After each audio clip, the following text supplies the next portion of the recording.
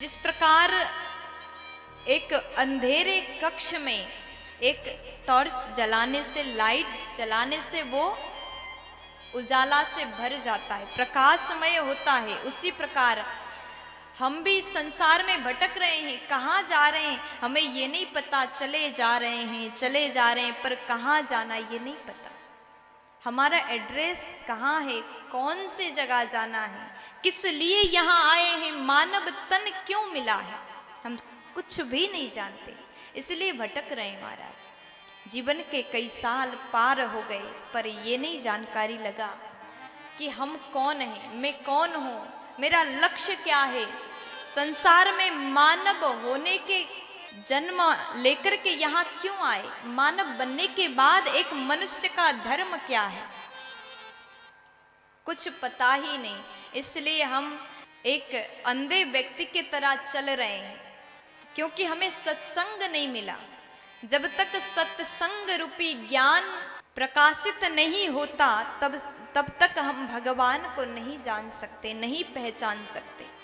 आज सभी के बीच में ये 7 दिन का सत्संग रूपी अमृत यहाँ बरस रहा है, यही वो ज्ञान का दीपक है, यही वो 7 दिन है।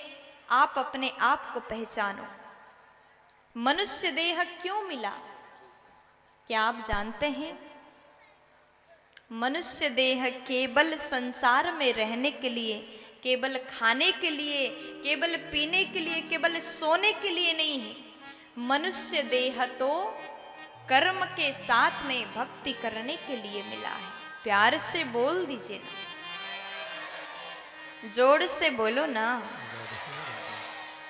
मानव जन्म बार बार नहीं मिलता, एक बार मिला है, सदुपयोग करिए। अब आपको मैं आपकी भाषा में समझा दूं। आप लोग ध्यान से सुनेगा, यहाँ पर युवा भी बहुत बैठे हैं, बुजुर्ग भी बैठे हैं, तो सबके लिए ये बात को सुन करके जीवन में धारण करना बहुत जरूरी है।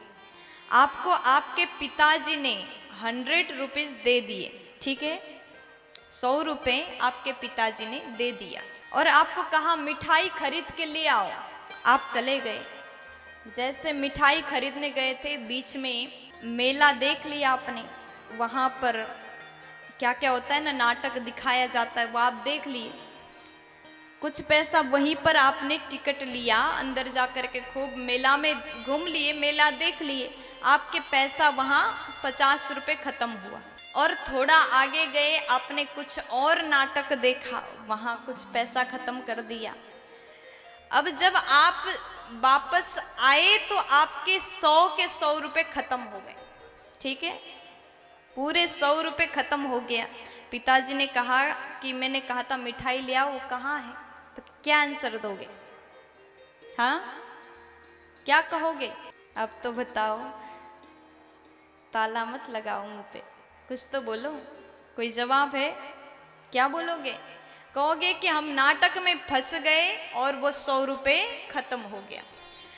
उसी प्रकार भगवान पिता यानी भगवान ने हमें 100 रुपये दिए, वो 100 रुपये यानी 100 साल का उम्र।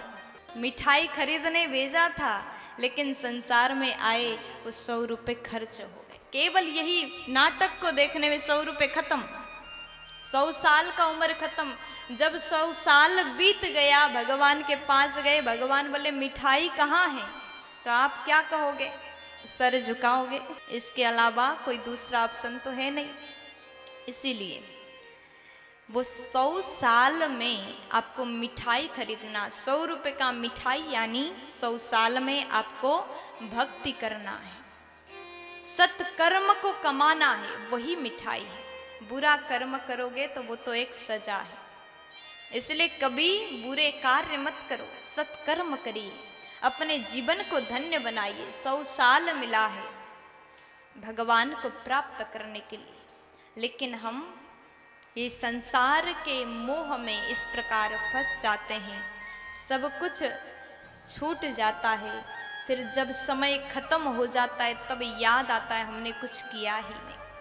इसलिए बाद में पछताने से अच्छा है अभी समझ जाइए। रास्ता चलते चलते गड्ढे में गिरने से अच्छा है पहले से टॉर्च लेकर के चलिए, प्रकाश लेकर के चलिए। अपना साधन अपने पास होगा तो हमें पछताना नहीं पड़ेगा।